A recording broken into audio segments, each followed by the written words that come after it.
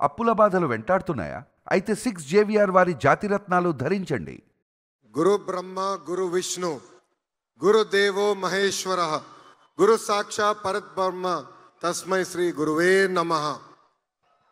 ఈ కార్యక్రమం ప్రారంభించే ముందల ఇక్కడున్న ఉపాధ్యాయులందరి దగ్గర నుంచి నేను క్షమాపణ కోరాలనుకుంటున్నా. ఎందుకంటే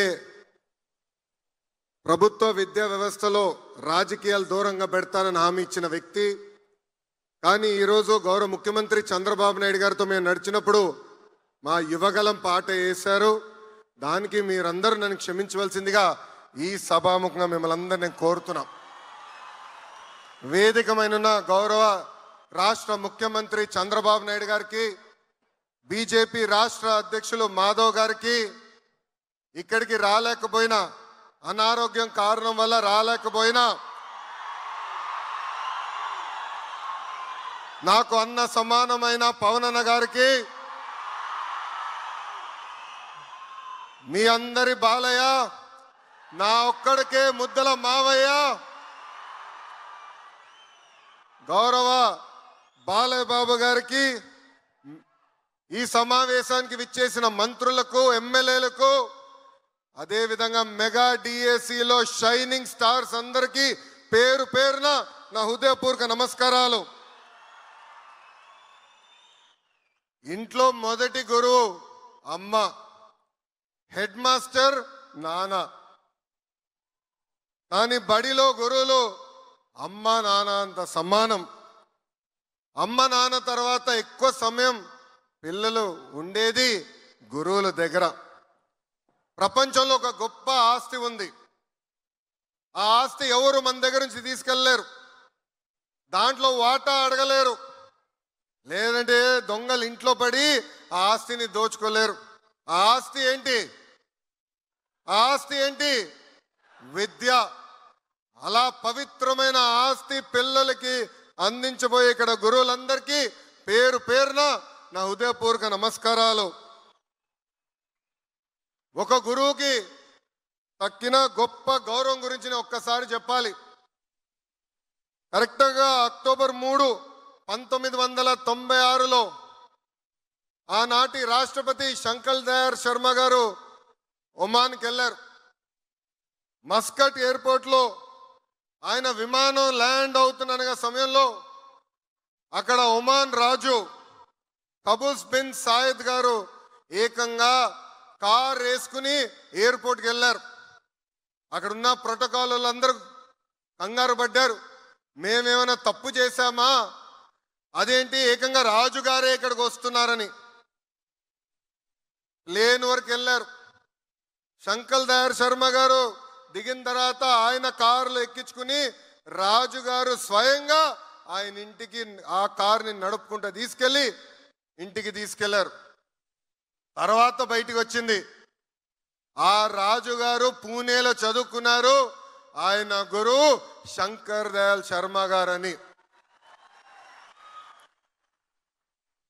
దేవుడు గురువు ఒక్కసారి కంపడితే గురువుకే నమస్కారం పెడతానన్నారు గురువు కబీర్ దాస్ గారు. అలాంటి పవిత్రమైన బాధ్యత ఈరోజు మీ అందరి పైన ఉంది. అదే గురువులు గొప్పతనం. దేశానికి అధినేత అయినా గురువు దగ్గర మాటలు పడాల్సిందే. రాజకీయ నాయకుడైనా, ఫిలిం స్టార్ అయినా, ఒక పారిశ్రామికవేత్త అయినా, వరల్డ్స్ రిచెస్ట్ మ్యాన్ అయినా మీ దగ్గరకే వచ్చి పాఠాలు చెప్పించుకోవాల్సిందే. అంతేకాదు, నాకు లైఫ్ టైం గురువు అయిన గౌరవ ముఖ్యమంత్రి శ్రీ నారా చంద్రబాబు నాయుడు గారికి నాకింత అద్భుతమైన అవకాశం ఇచ్చిన మీకు నా హృదయపూర్వక నమస్కారాలు నేను తెలియజేసుకుంటున్నా. మిమ్మల్ని అందరిని చూస్తుంటే నాకు చిన్నప్పుడు రోజులు గుర్తొస్తున్నాయి, మా గురువులందరూ గుర్తొస్తున్నారు. మొన్న జరిగిన ఉత్తమ ఉపాధ్యాయుల మీటింగ్లో చెప్పా, నేను బ్యాక్ బెంచర్ అని. మాది కొంచెం గోల బ్యాచే, కానీ ఆనాటి టీచర్ మంజుల మేడం గారు నేను తప్పు చేస్తే 2 గట్టి కొట్టేవారు. ఏకంగా నేను వైస్ ప్రిఫెక్ట్ అయినప్పుడు ఒక పట్టుదల ఒక డిసిప్లిన్ నేర్పించారు రమాదేవి మేడం గారు. అంతేకాదు 10th వరకు నేను నామమాత్రంగా చదివేవాడిని. కొన్ని ఫండమెంటల్స్ నేను వీక్గా ఉన్నానని ఇక్కడ మా గురు నారాయణ గారే స్వయంగా నాకు పాఠాలు చెప్పిన వ్యక్తి. తర్వాత నేను అమెరికాకి వెళ్తే ప్రొఫెసర్ రాజ్ రెడ్డి గారు నన్ను తీసుకుని, నువ్వు ఇల్లు వదిలి మొదటిసారి వస్తున్నావు, ఇక్కడ విద్యా వ్యవస్థ కాంప్లెక్స్గా ఉంటుందని ఆయన స్వయంగా కూర్చోబెట్టి అసలు ఈ గ్రేడ్ సిస్టమ్ అంటే ఏంటి, క్రెడిట్ సిస్టమ్ అంటే ఏంటి చెప్పిన వారు. ఈ నలుగురు వరలే ఈరోజు ఈ లోకేష్ మీ ముందల నిలబడగలుగుతున్నాడు.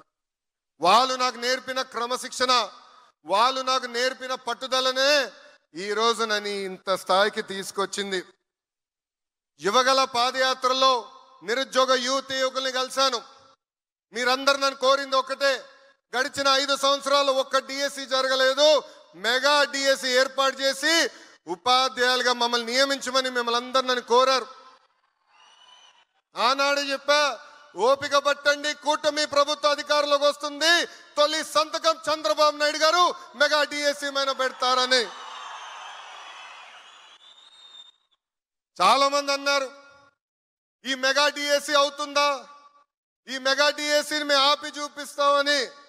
వాళ్ళకి ఒక్క విషయం అర్థం అవట్లా, సిబిఎన్ అంటే డిఎస్సి, డిఎస్సి అంటే సిబిఎన్.